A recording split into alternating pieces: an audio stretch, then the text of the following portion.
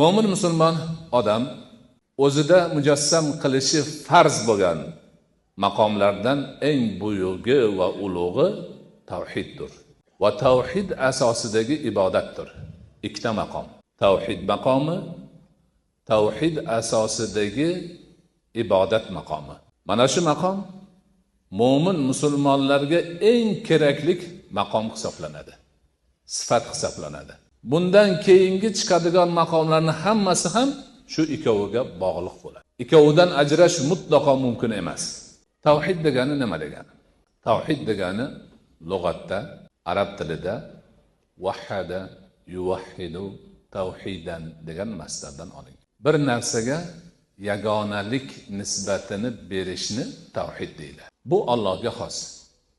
Birov vahhatulloha desa, Allohni yagona zot deb e'tiqod qildim degani bo'ladi. Xuddi mana shu arab tilidagi fa'ala yufailu taf'ilan bobidagi keladigan fe'llar, mana shunga o'xshagan fe'llar bir narsani boshqa insonga nisbat berish ma'nosini bildiradi. Misol uchun fassaqtu fulanan desa, falonchiga fosiqlik nisbatini berdi degan bo'ladi. Hech vaqtida falonchini fosiq deb bildim demaydi yoki qildim demaydi.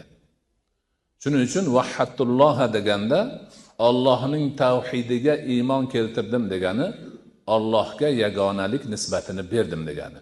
Allohni men yagona deb qildim degan gap bo'lmaydi, mumkin emas. Chunki Allohning butun nimasi o'zi bilan bo'ladi. Banda hech narsa qila olmaydi.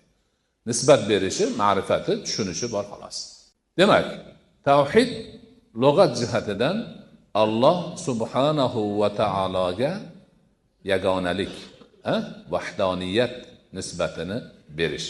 Ulamolar ta'rifida tavhidni aytishadiki, tavhid Alloh subhanahu va taoloning shirkni barcha ko'rinishlaridan pok deb bilib, u zotning zotini, sifatini, ishlarini, ismlarini hammasini yagona deb e'tiqod qilishdir. Mana tavhid ma'nosi biz poklanish bobida o'rganganimiz shirkni o'rniga tiklanish bu. Shirk nimaligini bilib, Allohga sherik keltirish ekanligi, xotini bor, o'g'li bor, sherik xudo bor, og'aynisi bor, tengdoshi bor degan kabi va chumari o'lmalaganchalik kichkina bo'lsa ham baribir ofatga olib borishini o'rganib o'tgan edik. Endi o'sha shirkni qalbdan